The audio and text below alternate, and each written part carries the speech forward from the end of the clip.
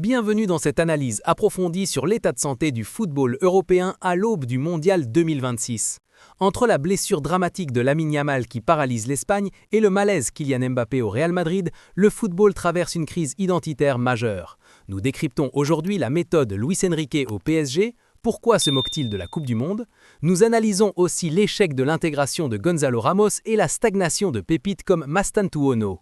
Est-ce la fin d'un cycle pour les gardiens légendaires comme Manuel Neuer face à l'émergence de Lucas Chevalier? Enfin, nous revenons sur l'affaire Prestiani. Entre racisme et homophobie, les instances sont-elles à la hauteur? Un deep dive tactique, psychologique et politique sur le sport que nous aimons tant.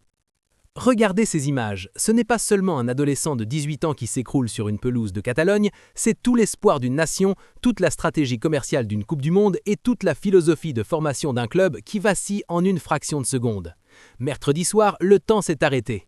Lamine Yamal, le joyau, la promesse, le successeur désigné, a senti son corps craquer.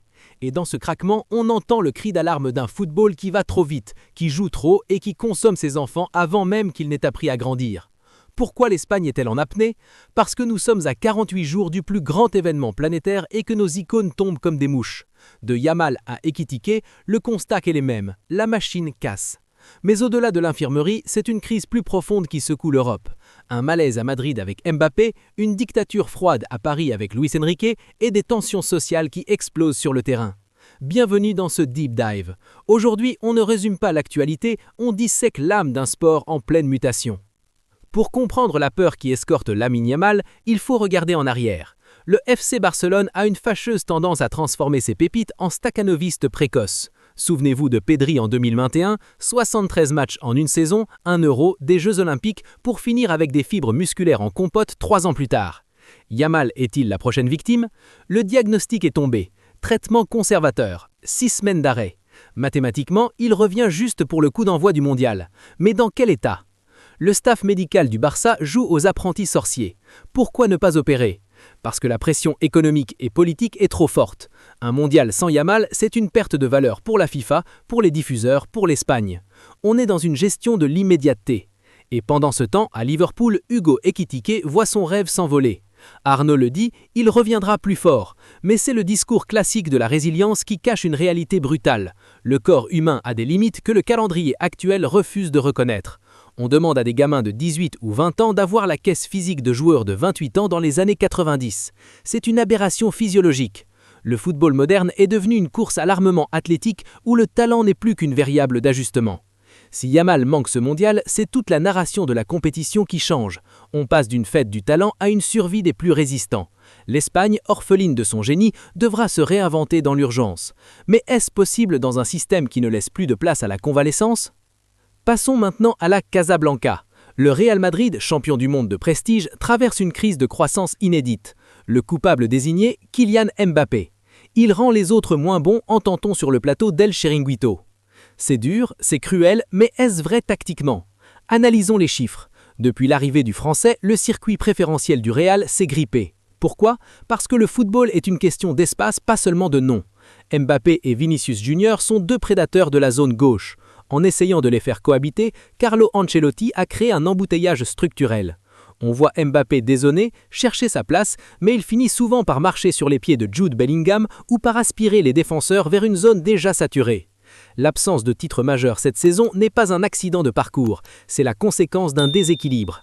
Mbappé au Real, c'est l'histoire d'un mariage de raison qui manque de passion tactique.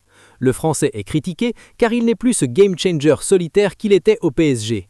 À Madrid, il doit se fondre dans un collectif qui avait déjà une identité forte. Sa transition est laborieuse. Et que dire de Franco Mastantuono? Le prodige argentin, annoncé comme le futur Messi, est déjà poussé vers la sortie en prêt. 8 mois à Madrid et déjà le constat d'échec, trop tendre. C'est le paradoxe du Real Madrid, on achète tous les talents, mais on n'a le temps d'en polir aucun. La pression du résultat immédiat tue la progression individuelle.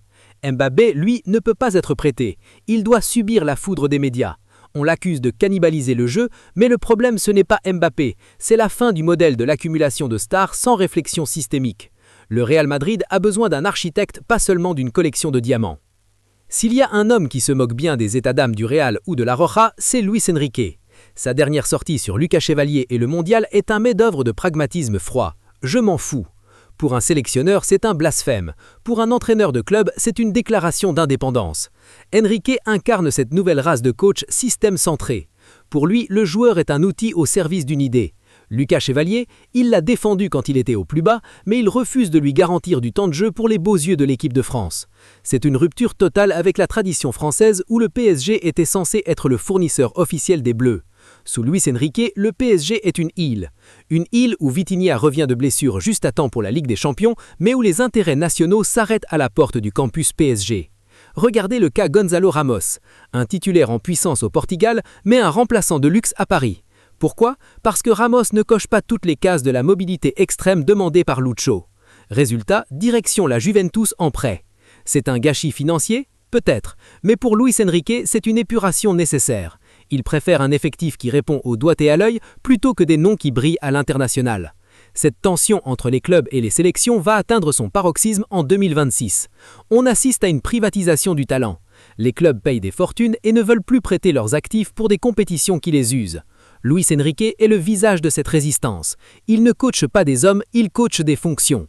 Et si Chevalier doit rester sur le banc alors qu'il est le meilleur gardien français, Enrique dormira très bien. C'est brutal, mais c'est la réalité du football de haut niveau en 2026. Le club est devenu la seule patrie qui compte vraiment pour ceux qui signent les chèques. Mais le football n'est pas seulement des schémas tactiques et des bulletins de santé. C'est aussi un miroir de notre société.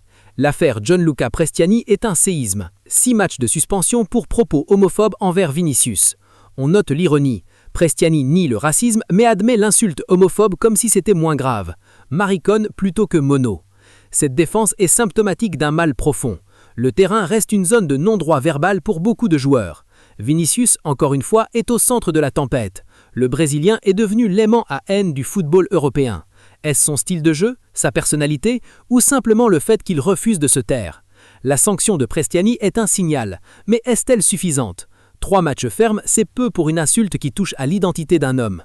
On parle d'un gamin du Benfica, pétri de talent, qui voit sa carrière entachée par une bêtise crasse.